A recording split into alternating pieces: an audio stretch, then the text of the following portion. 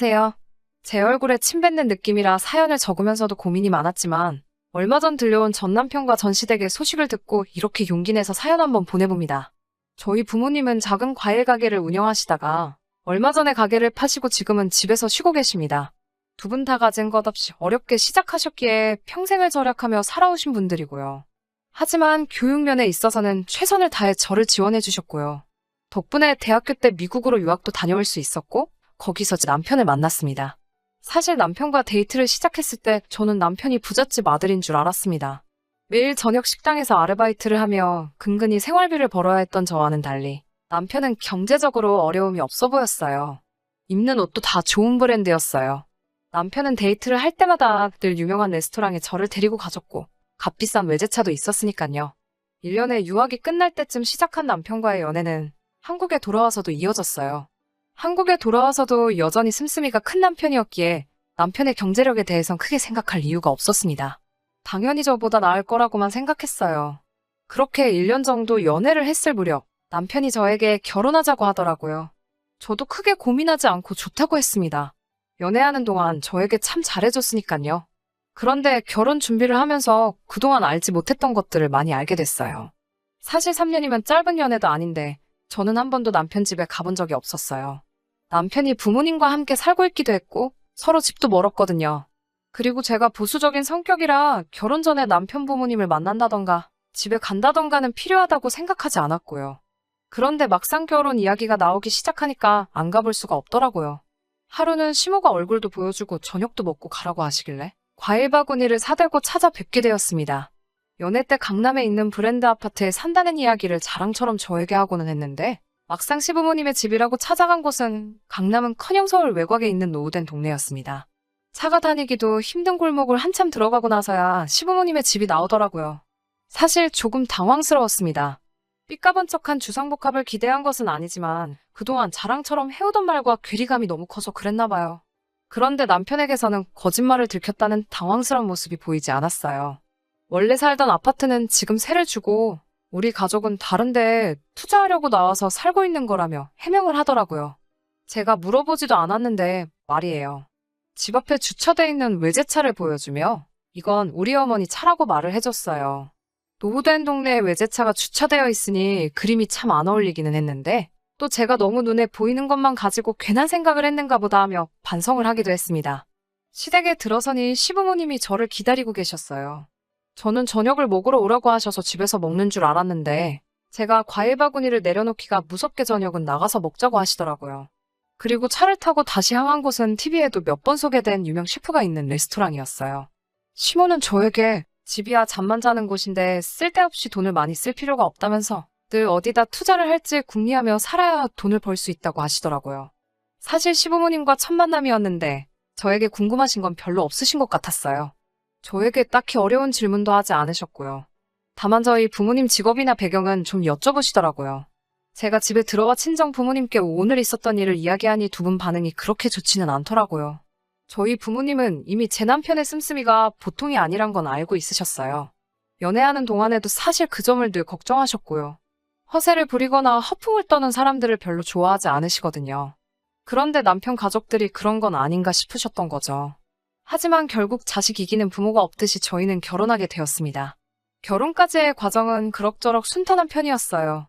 다행히도 성대한 결혼식보다는 간소하고 의미 있는 결혼식을 하고 싶다는 제 의견을 시댁에서 존중해 주셨거든요. 하지만 사실 이것도 저를 위해서 그러신 게 아니란 걸 나중에 알게 되었습니다. 저희 어머니에게는 가까이 지내는 친구분들이 있으세요. 저도 늘 그분들을 이모라 부르며 잘 따랐고요. 그렇기에 당연히 그 모든 이모들이 제 결혼식에 오셨죠. 그런데 그중 한 분이 저희 시어머니를 보더니 저 여자를 분명히 어디서 본 것 같다고 하시더라고요. 저한테 자꾸 시어머니에 대해서 물어보고 싶어 하셨지만 저는 신부라서 어디 다른데 정신 쏟을 겨를이 없었거든요. 그래서 제대로 저희 시어머니에 대해서 뭘 이야기할 틈은 없었어요. 그렇게 결혼식을 치르고 며칠이 지났을 무렵 친정 어머니에게 전화를 받았습니다. 친정 어머니가 깊은 한숨을 내쉬면서 사돈이 혹시 무슨 일 하던 사람인지 아냐고 저에게 물으시더라고요. 저는 글쎄? 옷가게를 해서 돈을 많이 버셨다는 것 같았는데? 라고 하니 너 정말 아무것도 모르니? 라고 물으시더라고요. 그래서 제가 도대체 무슨 소리냐고 물었죠. 그런데 거기엔 충격적인 진실이 있었습니다. 저희 시어머니가 원래는 어디 다른 동네에서 세탁소를 하셨대요. 옷을 수선도 하고 드라이된 옷은 배달도 해주는 그런 작은 동네 세탁소였기 때문에 동네 아줌마들하고도 곧잘 어울려 친하게 지내셨다고 해요. 그런데 거기서 돈을 조금씩 빌려 쓰다가 결국 파산 신청을 하셨답니다. 그리고 친정어머니 친구분은 피해자는 아니었지만 같은 동네에 살았기 때문에 저희 시어머니를 알아봤던 거고요. 그 이야기를 들으니 머리가 아찔해졌어요. 늘 정직과 성실을 강조하시던 저희 친정부모님께서도 그런 사람과 사돈이 되었다고 생각하니 얼마나 화가 나셨을지 상상도 안 되었고요. 저는 일단 남편이 오면 확실하게 물어볼 테니까 잠깐만 기다려달라고 했습니다. 그리고 그날 밤 남편이 퇴근하고 돌아왔을 때 남편에게 친정어머니께 들었던 이야기를 털어놓으며 조심스레 물었습니다. 남편은 뭐 돈 문제야 어른들 사이에서 늘 있는 거 아니겠냐며 대수롭지 않게 여기더라고요. 제가 그래도 이런 건 좀 확실하게 알고 싶다고 하자 남편이 기분이 좀 상했었나 봐요. 저를 불쾌한 표정으로 쳐다보면서 그럼 너가 직접 물어보던지라고 하더라고요. 그런데 그런 남편 모습을 보니 저도 순간 화가 나더라고요. 그래서 정말로 시어머니께 전화를 걸었습니다. 그리고는 이런 이야기를 들었는데 진짠지 가짠지만 말해달라고 했어요. 시어머니는 조금도 불편한 기색 없이 남편과 비슷한 반응을 보였어요. 사람들이 살다 보면 돈 때문에 이런저런 이야기도 나오고 오해도 생기고 하는 거고 이건 자신의 개인적인 일이니까 며느리인 제가 왈가왈부할 일이 아니라고요. 너네한테 피해가를 없게 할 테니까 쓸데없는 걱정하지 말고 너네들 앞가림이나 잘 하라고 하시더군요. 저도 그 말에 뭐라고 반박하기가 어렵더라고요. 결국 남편한테도 한 소리를 들었습니다. 우리가 어머니 개인사까지 뭐라고 할 게 아니지 않느냐. 지금은 아무런 문제 없이 잘 살고 있고 나도 그런 속사정을 알고 있기 때문에 어머니하고는 경제적으로 엮일 마음이 없다. 자기는 자식된 도리만 할 뿐 금전적인 부분에서는 엄연히 별개다. 우리들 앞으로가 중요한 건데 어머니 과거 일 때문에 이혼하는 것도 말이 안 되지 않냐. 뭐 이런 말들이요. 듣고 나니 틀린 말도 아니고 실제로 시어머니의 과거 때문에 제가 직접적으로 피해본 게 없으니 시어머니의 과거사는 그냥 그렇게 지나가게 되었습니다. 남편의 사탕발림에 넘어갔다는 사실도 인지하지 못한 채 그렇게 얼마 전 정말 제대로 사건이 터졌습니다. 저희는 결혼할 때 전세로 신축 빌라를 구해서 들어왔어요. 솔직히 연애 때 남편이 부자인 줄 알았기 때문에 결혼하기로 했을 때도 막연히 집에 대해서는 별 문제가 없을 줄 알았어요. 그런데 막상 시댁 사는 걸 보니 시댁에서 집을 해주실 수 있을 것 같지는 않더라고요. 하지만 다행히도 저는 모아둔 돈이 좀 있었기 때문에 제 돈하고 저희 어머니 앞으로 받은 대출로 일단 빌라 전세를 들어갈 수 있었어요. 시부모님은 대신 본인들이 가구랑 전자제품은 다 해주시겠다고 하셨지만 받지 않았습니다. 시댁의 상황을 100% 신뢰할 수 없어서 금전적으로 어떤 상황이든 엮이고 싶지 않았어요. 그렇게 저희의 본격적인 결혼 생활은 시작되었고 남편의 말처럼 이 사건이 터지기 전까지 결혼 생활을 이어오면서 시댁과 그 어떤 마찰도 금전적인 관계 또한 단 한 번도 없었습니다. 그리고 전세 만기일이 다가올 무렵이었어요. 오른 집값을 감당할 수 없었기에 일단 저는 한 번 더 재계약을 하고 싶었고요. 다행히 저희 부부를 좋게 봐준 집주인도 연장해도 괜찮다고 했기에 아무런 걱정도 하지 않았습니다. 그런데 재계약을 며칠 앞둔 어느 날 시어머니에게서 전화가 왔어요. 그러더니 너네 전세보증금을 급하게 써야겠다고 하는 거예요. 그래서 제가 그럼 저희는 어디 가서 사냐고 하자. 일단 시댁으로 들어오라고 하시네요. 살림살이들은 다 어쩌고 그렇게 해야 하느냐 물었더니 그런 건 대충 버리고 다음에 다시 사면 된다는 거예요. 제가 아무리 생각해도 그건 아닌 것 같다고 무슨 일 때문에 그러시냐고 재차 물었더니 시어머니는 어휴 짜증나 몰라 하고 짜증을 부리며 전화를 끊더라고요. 바로 남편에게 전화를 걸었더니 남편은 이미 다 알고 있었던 눈치였어요. 저한테 얼른 짐 싸서 일단 집 빼라고 그래서 제가 그렇게는 못한다고 하니까 네 시어머니가 감옥에 가도 괜찮냐고 묻는 거예요. 시어머니가 감옥에는 왜 가느냐 물으니 돈 때문에 그런 거지 다른 이유 있겠어? 하고 당당하게 대답을 하네요. 알고 보니까 시모가 빌라 사람들을 상대로 또 개를 한 거예요. 그런데 그냥 한 게 아니고 개를 타야 하는 사람한테 이자를 더 붙여주겠다며 갯돈을 안 주는 방식으로 남의 돈을 챙기고 있었던 거죠. 그러다 동네 사람들끼리 이야기가 나오면서 한두 명이 당한 게 아니란 걸 알게 된 거고요. 단체로 고소를 하니 합의를 해야 하는데 돈이 없으니까 저희 전세금을 달라고 하는 거였어요. 저는 그 이야기를 알고 나니 더욱 시모도 남편도 이해할 수가 없더라고요.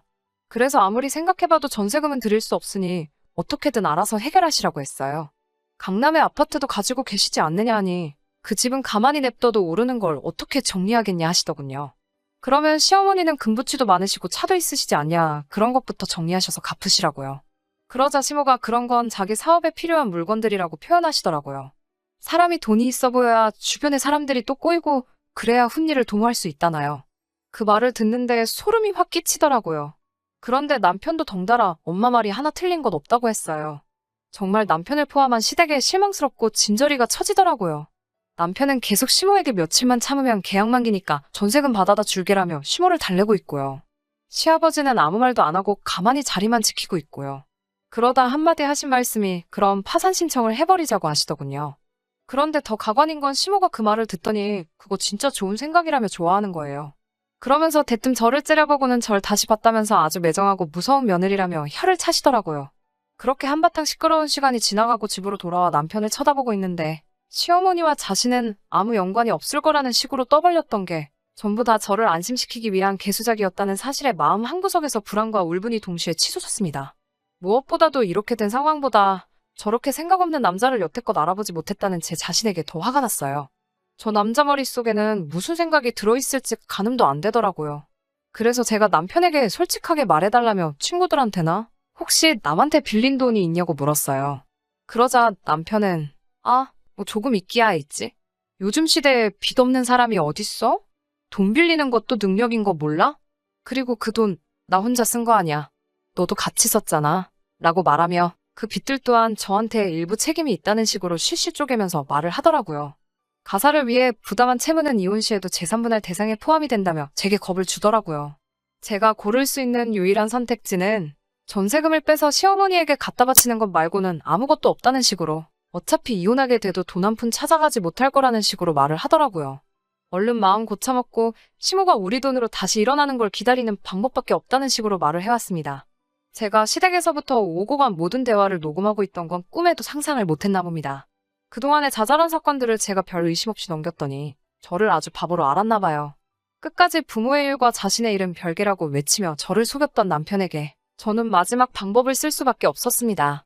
증거들이 워낙에 많았기 때문에 법원은 저의 편을 들어주었습니다. 전세보증금은 결혼 전 형성된 저의 재산으로 인정받아 고스란히 가져올 수 있었고 오히려 남편에게서 위자료까지 받게 되었습니다. 시댁에서 말하던 세를 주고 있다는 강남의 아파트는 존재하지도 않는다는 사실을 재판 후에 알게 되었습니다. 이미 파산 신청했다는 이력 때문에 조금만 생각했어도 알 수 있던 사실을 눈치채지 못했다는 게 제가 생각해도 어이가 없네요. 벼랑 끝에 몰린 남편과 시댁 식구들은 개인회생 말고는 답이 없었지만 이미 한 차례 개인회생 후 면책을 받은 이후였기 때문에 두 번째 심리는 엄격하게 이루어졌고 유일한 동아줄 같았던 개인회생 신청은 끝내 기각이 되어 그 가족들은 길거리에 나앉게 되었다고 합니다. 한때 가정을 이루고 살았던 사람들이 길바닥에 나앉았다는 소식을 들었는데도 그 어떤 미련이나 죄책감 또한 들지 않네요. 그간 받아왔던 저의 고통이나 상처는 그 어떤 걸로도 보상받을 수 없겠지만 그래도 이 소식이 조금이나마 저에게 위안을 주고 속이라도 후련하게 만들어 주었습니다. 다음에는 좀 더 좋은 사연을 보낼 수 있으면 좋겠네요. 그럼 저의 긴 이야기 끝까지 들어주셔서 감사하고 여기서 이만 줄이도록 하겠습니다.